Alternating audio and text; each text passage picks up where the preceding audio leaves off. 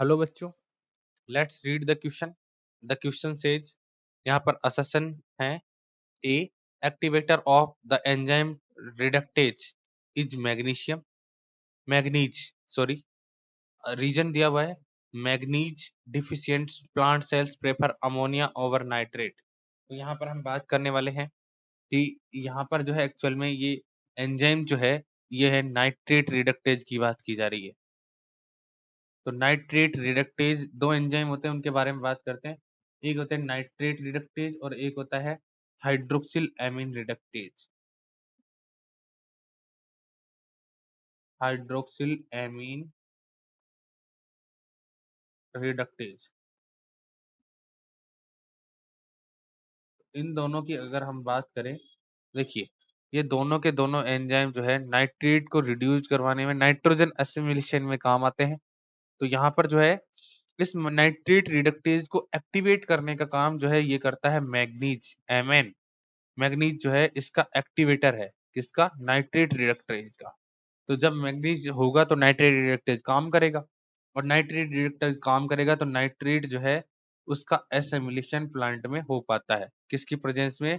Nitrate reductase की presence में plant इसको एब्जॉर्ब कर पाता है, इसको यूज कर पाता है नाइट्रेट को।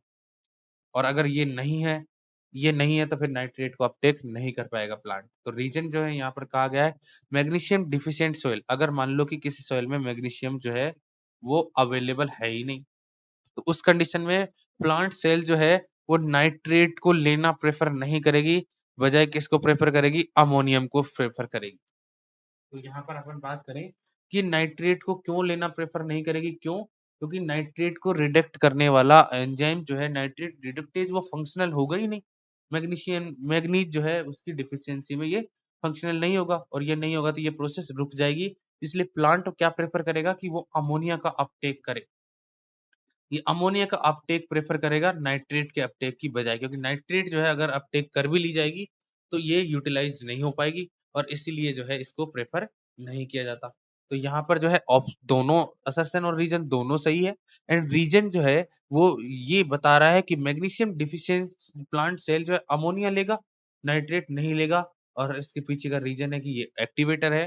तो यहाँ पर दोनों सही भी है, और साथ में ये एक्सप्लेन भी कर रहा है रीजन असर्शन को। तो यहाँ पर ऑप्शन चूज करते हैं। Both A and R true and R is the correct explanation of A. Option B, both A and R true but R is not the correct explanation of A. A is true but R is false and both A and R false. तो यहाँ पर right combination कौन सा होगा? जिसमें assertion और reason दोनों true दिए हुए हैं, और साथ में ये भी कहा गया कि रीजन जो है असर्शन को अच्छे से एक्सप्लेन भी कर रहा है। तो यहाँ पर इस क्वेश्चन का राइट आंसर जो होगा वो होगा ऑप्शन ए। ऑप्शन ए इस क्वेश्चन का राइट आंसर होगा। Thank you, all the best.